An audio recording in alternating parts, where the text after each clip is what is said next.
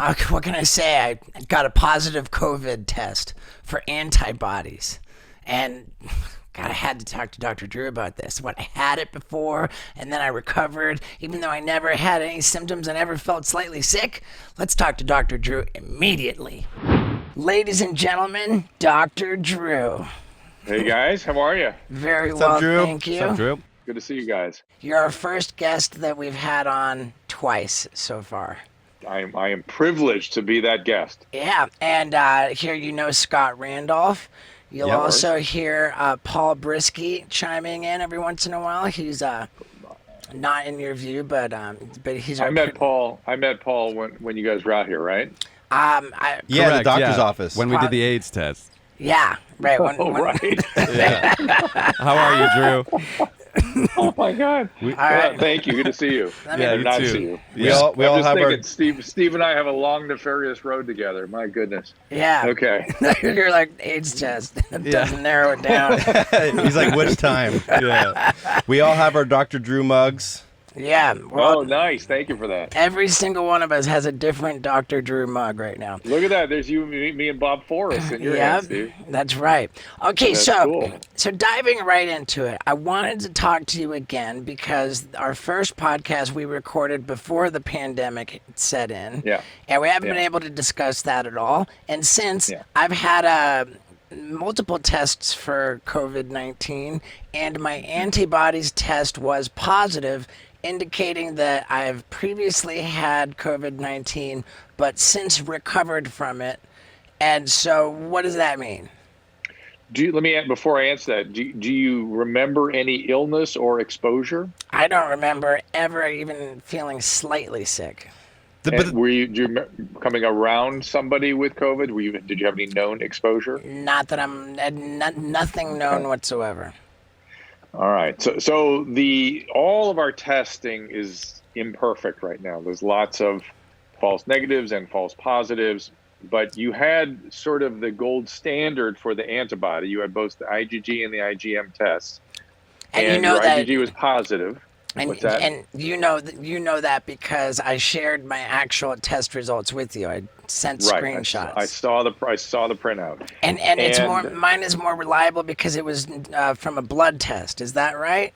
Right, and even those have a fair number of false positives, but I generally I think we can rely on those, and it's also interesting that you had just the IgG, which means that you were exposed to it at some time in the past, not recently, and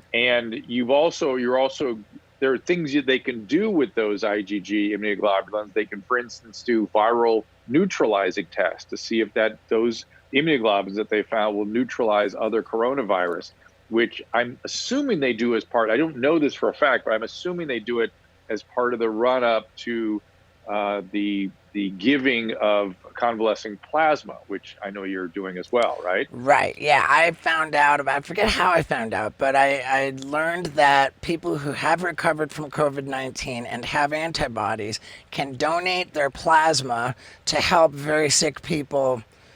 Right. But I also heard that that's like some 1800s shit that It is some 1800 shit, but it worked then and it still works now. It's not high tech. It's an old school approach. In fact, when it first came up, a lot of us were just like, oh, really? We're going to do that? But it has shown to have some use.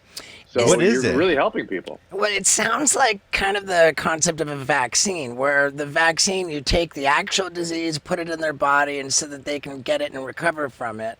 Like, I've got the actual disease in my body, and we can give it to somebody by the same sort of philosophy. Exactly. Right? It's like giving you the same thing as a vaccine, but that happened in somebody else's body. Right. And because we don't have yet a vaccine, or we haven't distributed a vaccine, all we have is people who've actually recovered from the infection itself, which is wonderful. I mean, I had a guy that was very, very sick, and I wanted to get him convalescent plasma. This was earlier in the pandemic.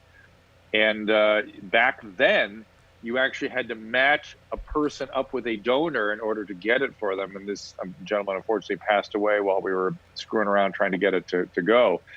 And, it's a reminder that if you're older, this is an older person, and if you have the risk factors, this thing is just brutal. It just goes fast. It just can be awful. But By the same token, there are plenty of people like Steve out there that had it and didn't even know they had it. Right. It can be very mild. But what's confusing for me is that I tested negative, Paul tested negative, and his fiance tested negative, and we're all around Steve 24/7. And I'm even surprised that his fiance tested negative because, they're we're intimate. always fucking. We've seen the pictures. And so it's and we just the pictures of you guys naked. I don't know about the rest of it. But it sort of suggests that perhaps you were exposed some time ago, which is an interesting theory by itself, right? Now, why your fiance wouldn't have it, I don't quite know. Again, there's a lot we don't know about this virus, and it always, whenever I hear stories like this, I think, could it be a false positive? Is it?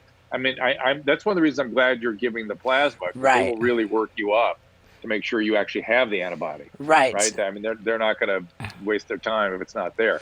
So this is good. I'm glad you're doing that. And if you have it, you will help somebody for real. For sure. As much as I would like to help people, I'm equally motivated to just get to the bottom of what my actual status is. Good. That's fine. Whatever motivates. Yeah, Good. win-win. I'm glad you're doing it.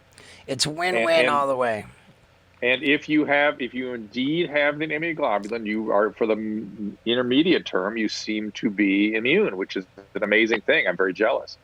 I signed up to be a human subject in the phase 3 vaccine trials because, first of all, I want to be a human subject. I want to do whatever I can. And secondly, I want that vaccine as soon as I can possibly get it. And the technology is just exceptional. So I'm ready to go. Right. And I hope you do get that. And Me too. So now, of course, I found out about the donating plasma to help very sick people. I asked you about that. You said go to redcrossblood.org, which I did. Mm-hmm. Mm-hmm. Right there on the front page, it said, have you recovered from COVID-19? And, to sign up for this convalescent plasma program, which is what we're talking about. Mm-hmm. I clicked that right away. They had a very short questionnaire. Have you your test to this and that?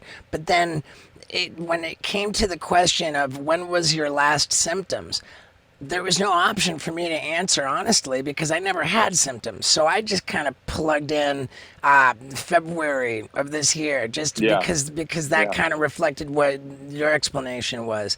Yeah. And I submitted my form like that. Then I guess it took 2 days, maybe 1 day. This morning I woke up to an email from the Red Cross saying, we need more information regarding your last symptoms.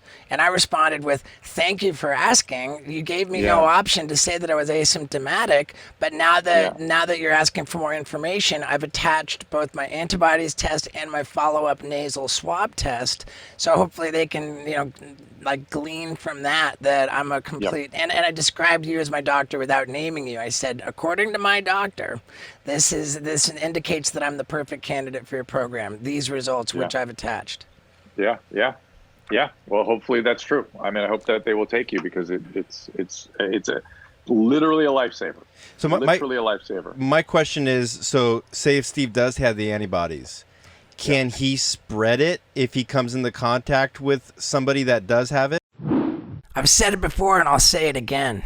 Being bros with the world's most famous doctor rules. And you know what else rules?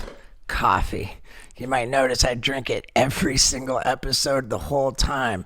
And I don't feel bad about that because I don't ever drink it without very quality ingredients as my creamer. I use Laird Superfood creamer every time, and I'm terrified of running out of it. That's why I have so much. Plus, I personally purchased every single one of these bags. I literally love it so much. Made by the legend Laird Hamilton. They got all kinds of cool flavors. Here's original. It's fantastic. They got cacao. I'm almost out of that. Turmeric. It comes with functional mushrooms if you want. Man, these are really top quality ingredients that make me feel great. And again, I don't feel bad about drinking so much coffee. So if you want to try this out, which I really recommend because it is so delicious, go to lairdsuperfood.com. Use the promo code STEVO and get 20% off your order plus free shipping. You got to do it now, right? For 20% off your order and free shipping, go to lairdsuperfood.com and use the promo code STEVO. You are going to love this stuff. Now let's get back to Drew. No, It means I he can't will catch not it. get infected. Yeah. That's it. But it's kind of, you're actually asking a very rather sophisticated question. Well, thank you. Which is the difference between being infected and getting the illness, right? So you could get infected and not get the illness, or you could not get infected. And the antibody response we believe you have will mean you do not get infected. And we're trying to look for a vaccine that prevents infection for the very reason you're bringing up, because if people can get infected, they can produce virus and they can infect other people who might get the disease. So for laymen, that means that coronavirus is the virus, but COVID-19 is the disease. And those are two different things. The virus is technically called SARS coronavirus 2.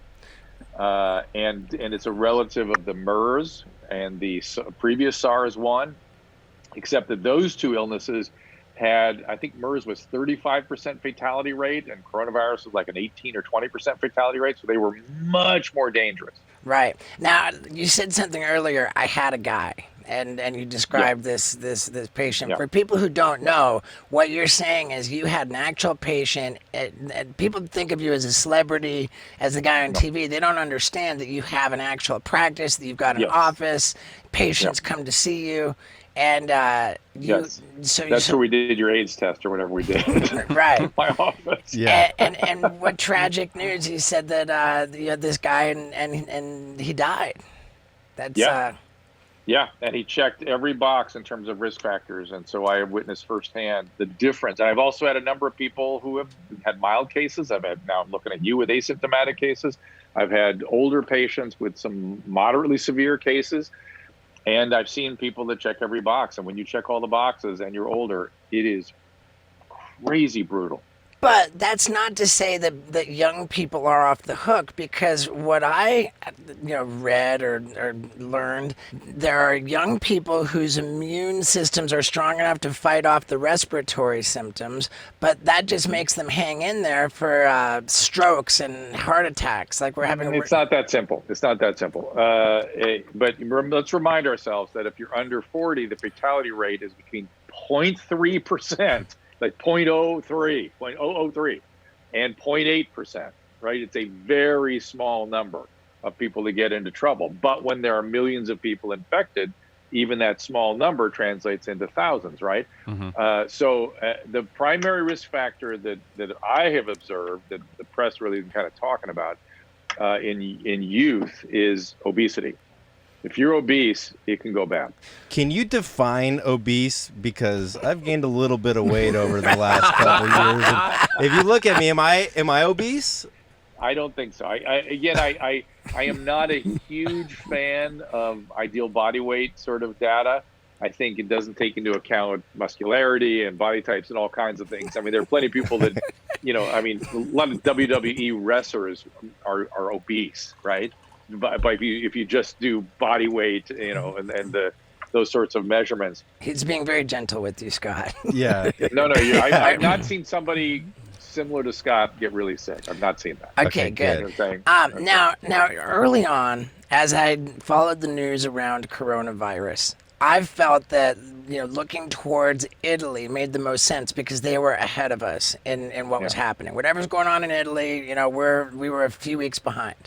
And it's been months since I saw this story out of Italy where a doctor said, I'm looking at this virus and it has become considerably weaker. When I analyze a sample of it, the viral load is much smaller. This virus has become much less deadly. And I thought, wow, I look over, I've not seen that kind of reporting on the American side, but it seems to add up with all of the cases skyrocketing, yet the death toll not skyrocketing. Are we looking at a virus that has become weaker?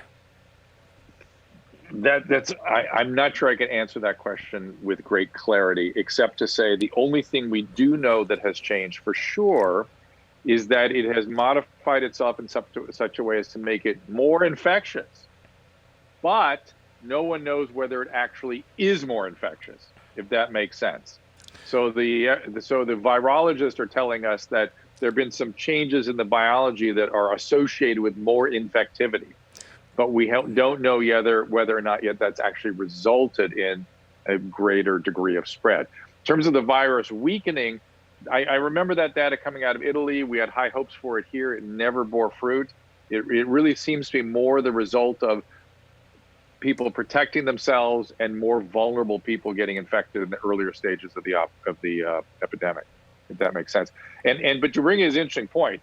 To look towards Italy as our model, I thought from the beginning, and it's pretty clear now in retrospect, huge mistake. Well, not a huge mistake, a relative mistake. We are not, and we're not Italy. We're not. Italy, the predominant patient there was over 80. They have a much higher percentage of elderly patients there. They have a very different kind of healthcare system, and they were not able to meet the needs, which was one of the dramatic aspects. I knew that we would flex, that we would improvise, that our system would meet the demands of whatever happened in the epidemic. So that was number one, why I knew we were different. And secondly, we have a different age distribution. It was affecting different people, still killing older people, but affecting more in different age groups. Okay. Do you think it's wise to open Orlando Disneyland? Disney World. Disney World? The head of the CDC just said today, and I agree with this completely, that if we had universal mask and physical distancing, this thing would be markedly under control in 2 to 4 weeks. That whether or not you closed or opened anything, it's about wearing the mask, wearing them properly, staying 6 feet apart. The whole idea of show me where there's evidence that a nail salon is where COVID is coming from. There's no evidence for that, and yet they've closed the nail salons. Another story today. The story, I think it was out of Florida. 2 hairstylists, active disease, got sick, and exposed 139 clients to the virus. Known exposure. You know what the transmission rate was? Everybody was wearing masks in the salon. The transmission rate was 0. Wow. 0. Masks work even with up close contact like hair cutting. So come on, everybody. We're squandering an opportunity here by not wearing masks. I understand it's a pain in the ass. I understand it's uncomfortable. I understand the government's been asking you to do all kinds of shit you don't want to do. Don't draw the line at the mask. It's a huge, huge tactical mistake. I've got a question I'm dying to ask because I've been wearing the mask like a very good boy, but it is so annoying. Like it gets hot. Even the concern about a lot of carbon dioxide toxicity by stifling the oxygen. So I thought, and I want to know what you think about this. Is it a good solution for me to go ahead and buy a portable oxygen tank with an oxygen mask so that I've got like oxygen, like the athletes, right? So I've got this delicious oxygen, like at the oxygen bar, and then that's gonna make it so my face isn't hot and I'm not getting lots of carbon dioxide. I wasn't even ready for Dr. Drew's reaction to my oxygen idea. But before you witness it, let me tell you, I'm a 46-year-old man, okay? And I've struggled with my weight in the past. But I've been eating sensibly, I've been active, exercising, and I think I look pretty good for a guy in his late 40s. And you know what? I'm determined to show off the bod, and I want it to look good, and that's why I'm taking care of my grooming needs with Manscaped. That's right.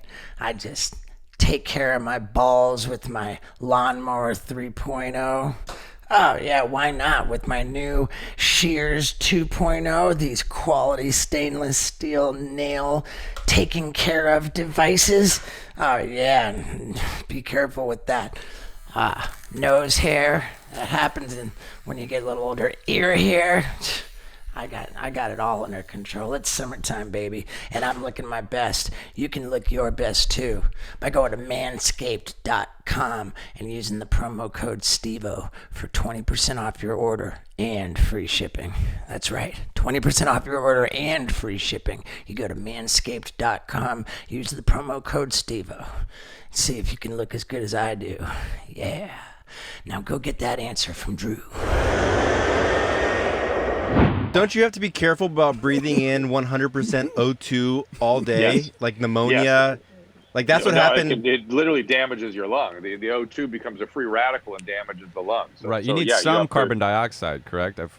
Well, you're asking complicated questions in reality. So, Drew, this I is think a you have complicated access podcast. my first thought is, Steve, you have access to too many resources. But this is options that other people don't think about. But good for you. Number one. Number two, the whole idea of CO2 accumulation is totally bogus. The only way you accumulate CO2 is when your lungs don't work right, and that is a certain subset of advanced emphysema, get hypercapnia. Other people do not. And now, if you're doing a triathlon, okay, yes, you could accumulate some CO2 and it could make an issue. I don't care how hard you're working out, you're not going to get hypercapnia. Okay. How about if I get a tank full of just regular air? That's called the environment. You just want to be like Bane from Batman. Why would just you walking do around with a that? cool Why would mask. you do that? Just to look cool? Nope, so that I can breathe better with the mask on. I want the mask to actually I supply see. me You don't regular like the air. mask. Yeah. I'm betting you could find a mask that you will like. I've you're gonna bought have to so try a many of bunch them. different masks. I've What? tried so many, and I keep ordering Really? more, and I keep ordering more. But don't worry, I'm going to keep ordering them. And when I find the one that actually works perfect, I'm going to buy a bunch and sell them. Good, man. I like that. So let me just tell you that the bandana, single layer cloth, probably not very good. The virus doesn't just float into the air and get through. The virus travels on droplets from our speaking and singing and coughing, and it's the droplets that do not get through the mask that prevent us from getting exposed to the virus. I had a bandana tied around my face just yesterday, and my fiance Luck said, "Oh, that's not effective. That's not very helpful." She says, right. She said, "Come over here and with the bandana, breathe on me." And I went over and I tried to blow on it, and she said, "Oh, I didn't feel anything. Maybe it is good." Did you have it double? It's better than nothing. It's better than nothing, but it's not as effective as a double ply mask. Is it controversial among doctors and like scientists of why there's been the virus has increased over the last couple weeks? Like, why is it? There isn't, because everybody knows what it is. We've all been moving about. We've sort of opened things up and moving about, and we started congregating in the streets by the tens of thousands without masks, or where they're yelling and screaming in the streets. And of course, if that didn't cause transmission, then we never should have locked down in the first place. Mm-hmm. You're Right? talking about the protests? Of course, you congregate in close environments, even out of doors, it's going to cause some transmission. And then you continue to transmit by going to bars and going out to places. Of course, that's going to transmit some more. Now, the question now we have to face now is, how much do we risk letting the genie out of the bottle? And how much can we tolerate in terms of our sort of daily disease burden? But again, if we wore masks, again, the CDC director today just told us it would really dramatically be under control, dramatically. And in the states where things are really accelerating, it's where they were refusing to wear masks. And I don't know if you guys been to bars since they opened the bars up. They're We all don't- closing again now. Dude. We don't But go to bars we anyway. went to some bars back when it was open, and I was uncomfortable. Super how uncomfortable. close people were, and how people will come up to you and they're loud and talking. They've been drinking. Literally, Susan grabbed me at one point and pulled me away from somebody. It's like, there's an epidemic going on. What are you doing? And so bars and there's music, and so people are talking loud, which again is more droplets coming out. And so I definitely think there's no doubt about why this was happening. And here we are. So is it more because I read a Times magazine article that said it had nothing to do with the protest. It was about restaurants opening up. But I'm like, if it had nothing to do with the protest, then why are we locking down? That doesn't make any logical sense at all. Of course it had something. There had to have been transmission. Had to have been. The Trump rally had transmission. The demonstrations have transmission. Just the way it is. That's okay. It may be worth the risk. That's fine. If we say it's worth the risk, no problem. But let's not delude ourselves that it's impossible, that nothing to do with people standing side by side by the thousands, tens of thousands. course that has to create transmission. Okay. Yeah. Is the air on airplanes clean? And do you think flying is safe? It's recirculated about every 7 to 8 minutes. And again, the masks should do the trick. I had heard that the incidence of COVID in flight attendants and pilots is exceedingly low, maybe even zero. I don't have confirmation of that, but very low, which is pretty reassuring about plane flight. Are you still thinking about running for governor in LA? I am not. Another group came around and tried to get me to run for mayor.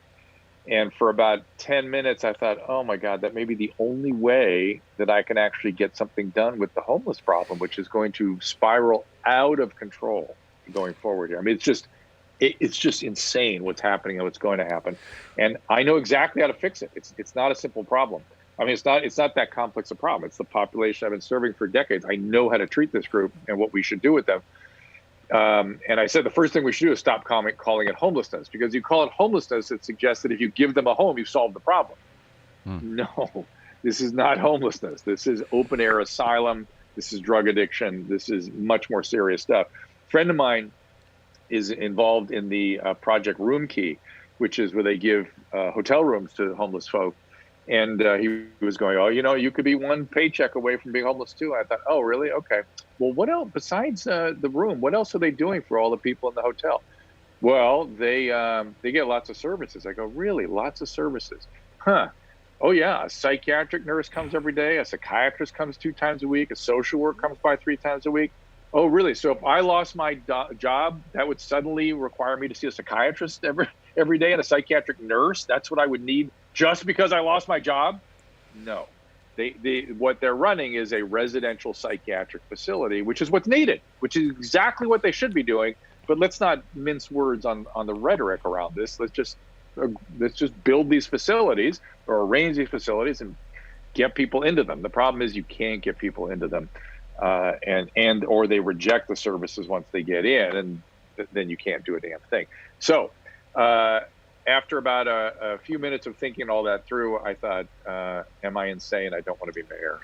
What are we talking about here? Yeah. But I still am very, very worried about this problem. Is it rude of me to not want to know what hotel they're staying in because I would be worried about catching like coronavirus or something like that from? Yes, it would be rude of you, number one. I'm sorry, I had to ask. And number two, homeless have very low incidence of corona. Very low incidence, which is kind of interesting. Why? We thought before because it was outside, right? And there was very low outdoor transmission. The vast majority of transmission is indoor, which is why when people talk about isolating in place and all this stuff, I think you're going to put people back inside with the virus. There's no science to substantiate that. I know it makes common sense, but if you're also telling me that 50,000 people in the street doesn't cause transmission, how can you then lock people in rooms where we know it happens? In China, they did this big study and they found that only one outdoor transmission could they find, and it's a relatively 1-to-1 type transmission, while if it's indoors, it's 1 to 3. So you're better off outdoors. You are better off outdoors. It happens, but it's less likely to happen outdoors. Do you think you need to wear a mask if you're like going for a jog or walking your dog? I do. I do it mostly as a gesture, right? As a nod to be polite to other people. And if you're running, again, walking the dog is different. If you're away from other people, then take your mask off. But if you are, within 20 feet or something, and you might get within 6 feet, and maybe when running, you're exerting yourself as you go by, and you could leave a trail of stuff, maybe 25 or 50 feet behind you. So put the mask on. Why? It's to me, it's a nod. It's an acknowledgement that I'm protecting the other people. All right, we're done with coronavirus. Yeah.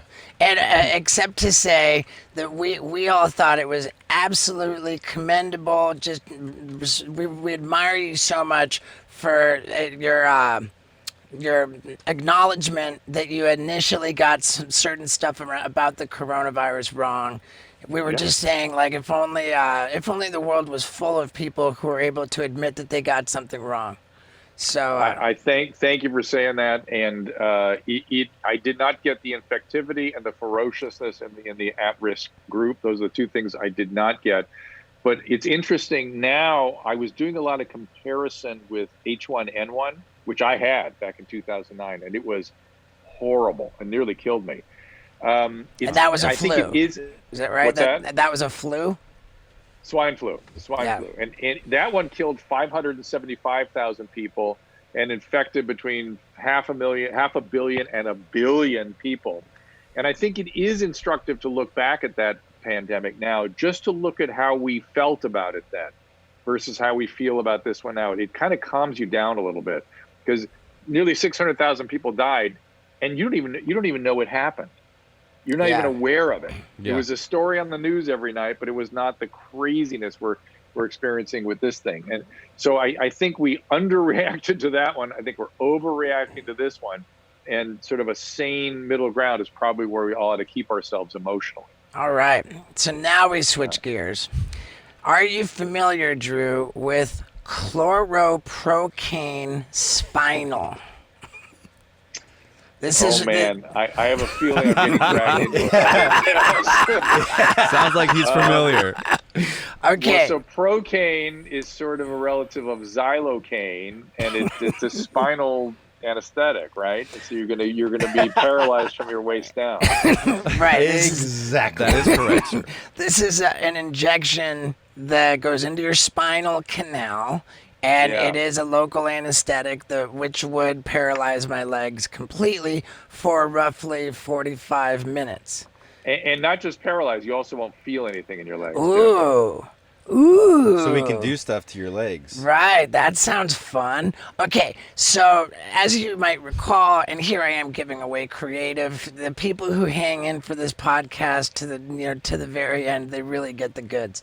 And and you'll remember I had the idea that I wanted to ride a bicycle while having general anesthesia drugs administered, such that I would go completely unconscious and crash the bike, and it would be hilarious.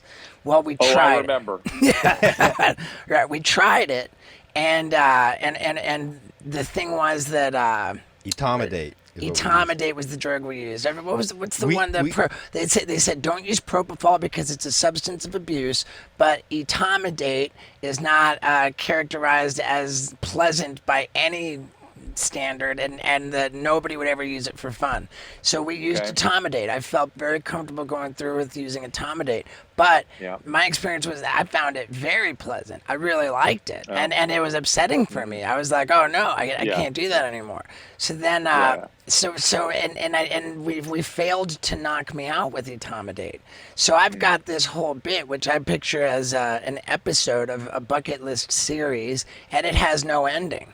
So I met somebody who is a medical professional. They will remain anonymous. They will be in disguise. Are they in this country? We're not even going to tell you that. I'm not even going to tell you that. We might be. Are they going to do it in this country? Whatever this thing is. Not even going to tell you that. Okay. But suffice to say, they are absolutely a medical professional, and they said that they'll administer the shot into my spinal canal. And they'll have an IV. You'll be impressed by this. They said, we'll want to have an IV in case I need to give you meds to raise your blood pressure, because the chloroprocaine might lower my blood pressure. So they're going to monitor that. So they're very professional. They say it's totally safe. He forgot to tell us that yesterday. So is this an anesthesiologist? Because that would be... The reason I'm asking is, I would want somebody not just with experience with the procaine and the blood pressure issue, but also with airways. And anesthesiologists are very good at managing airways. Right. Yeah. So there's the potential for airway stuff? Even though it's only my lower half? Yeah, but sometimes it starts to drift up. You want it low, but sometimes it will kind of get up, and if it gets into your diaphragm, we got a problem. Okay, so what people don't understand that are listening or watching is that, like, I have to set this up, right? I have to figure out the ambulance. And I didn't hear that yesterday, and I was like, well, let's talk to Dr. Drew about that. My concern is that if something were to happen, we're all fucked, right? Steve's dead. No. And I go worst case scenario. Am I right to do that? or is it not that bad? You're right to worry about it. I mean, you want to keep him safe, but I think he's talking about legal exposure for him. Liability. I mean, that's a legal question that I hate to even think about. I mean, it's gonna be fine, but it's like God. See, that's what he says. Oh, don't worry about it. They'll be fine. It's gonna be fine. Is this person an anesthesiologist? Yes. Okay, so you can have a certain degree of. I mean, that's the person who's really responsible. Good. For this whole thing, right? Yeah. And so, I mean, there's a million ways this could go past. What are you going to do while you're under spinal? I'm going to have one of these neck braces so I can't break my neck when I fall, right? Like the one that the race car drivers use. I'm going to have a race car helmet with the camera pointed back so you can see my face. I'd like to have a straight jacket on so I can't have my arms help out in any situation, and probably walking on stilts. I think your arms would help not break your spine if you like. No. I'll have my straight jacket on. I'll be walking on stilts, and then they can shoot it into my back, and I'll see how far I can walk. Like, gotta be cool if we had two of us and we could race to see who could walk farthest on stilts. But it'll be just me. When you collapse, you won't collapse in a sort of normal way. You'll flop, and you can dislocate your hip and break your leg. All kinds of things can break. You know. I'm just worried about his neck. What if they're only drywall stilts, which put my feet just 4 feet off the ground? It also. I know better than to walk you out of it. It just scares the hell out of me. Yeah, I think my concern is that his airway, like he'll go unconscious and he'll be unresponsive, or if he falls, I don't want him to be paralyzed by breaking his neck or hitting his head and like having this whatever. And I don't understand how this guy is going to keep all the spinal stuff. I mean, it's a tube they stick in there and then they administer. I don't quite understand how that's all going to work. It's not just an injection. I guess he's going to pull all the equipment out and then put you up on the stilts, but you're going to be paralyzed already. Yeah, how long does it take to kick in? I don't think it's long. Yeah, I think it's about a minute. Maybe it's minutes. Yeah, I think it's about 1 minute. Think about how xylocaine works if you're trying to numb your teeth up or something. Right. So. Okay. So I'm on some seated thing, which allows me to just pop up like standing up out of a chair. Yeah. And we all rig it up. So then once the tube's in, and I assume he's going to have a plunger kind of syringe type deal. So when he plunge, and I stand up right away and start walking to see how far I can go in 1 minute.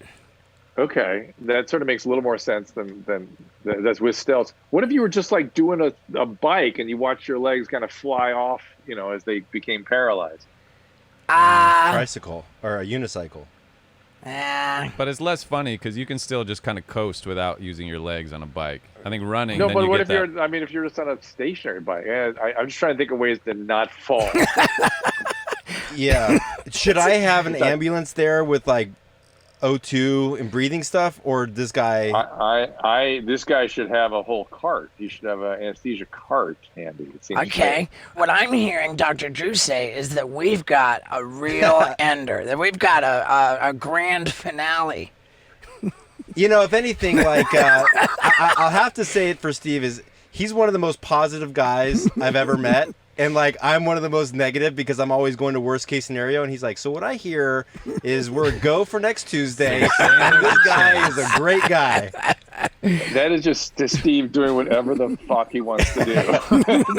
Like I said, I've learned long ago not to talk him out of things. What about an epidural that pregnant women do? Like, what's that difference? Because doesn't that just like an epidural? Doesn't that numb you? Yeah, same kind of thing. But it's not going to travel up their spine and.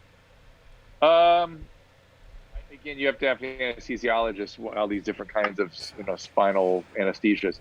They're different for different things. He's going for a total paralysis, which is different than what they're going for during childbirth, obviously. How did you vet this guy? He just said, "Hi, I'm an anesthesiologist," and you're like, "Sold." I met him during a meet and greet after one of my shows. Okay, he's legit. Yep. Okay. Now, and Steve said, "Oh, dude, you're an anesthesiologist. I want to do something rad. What can we do?" This guy brainstormed with you, didn't he? Well, It's his idea. at my show, he witnessed the bit about the anesthesia bike ride, and he came up to me and he said, "Hey, I've got a potential way for you to get this concluded." Yeah. I feel like Drew's the voice of reason. Yeah, well, I mean... Oh, I try. Are you doing podcasts in person these days? I am with Corolla, and then Susan started me doing a stream every day out of this room. And that has kind of kept me engaged through this whole quarantine thing. I generally am depressed. I don't like any of this. I feel like my life's been taken away from me. We like traveling. We were going to go do some stuff. What's that, Susan?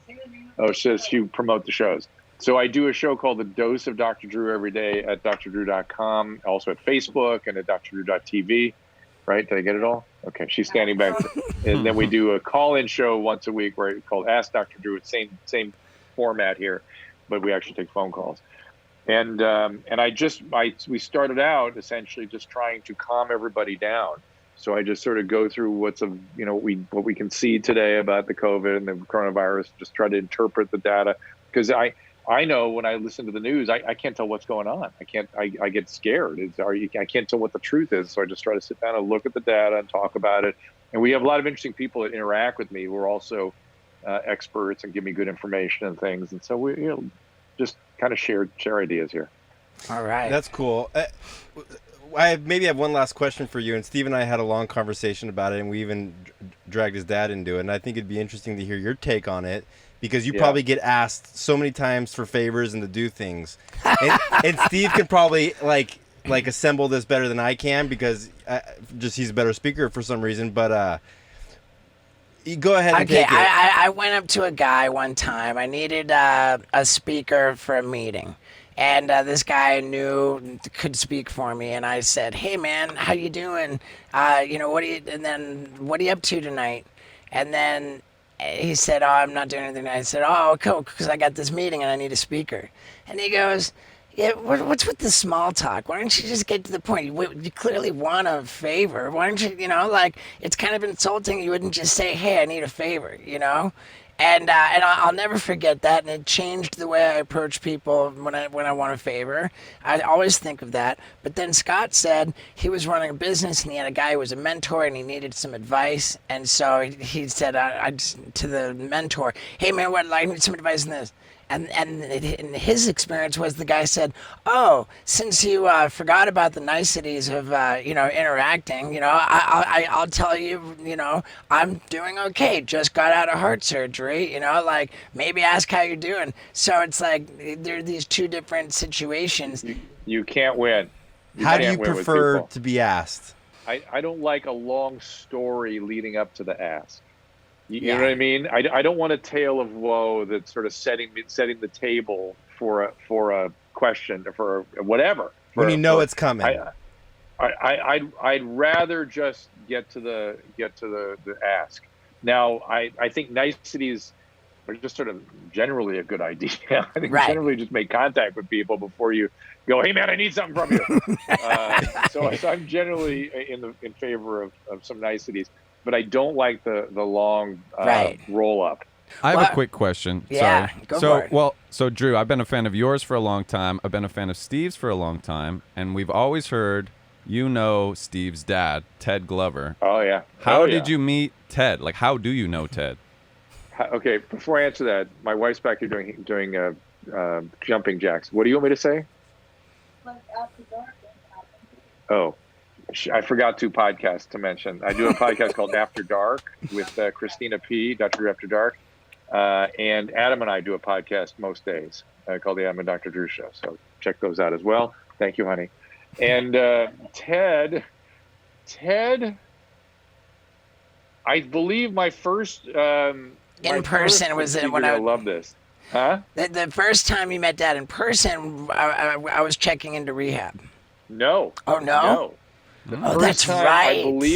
I believe the first time was in a limousine on the way to right? Yeah, the Jackass Tell me about #2 that. premiere. Yes. It yes, was. tell me I'm about that. completely wrong. Okay, to go to the Jackass #2 red carpet premiere, I had my sister, my dad, my at the time 4-year-old niece, and Ron Jeremy and Dr. Drew.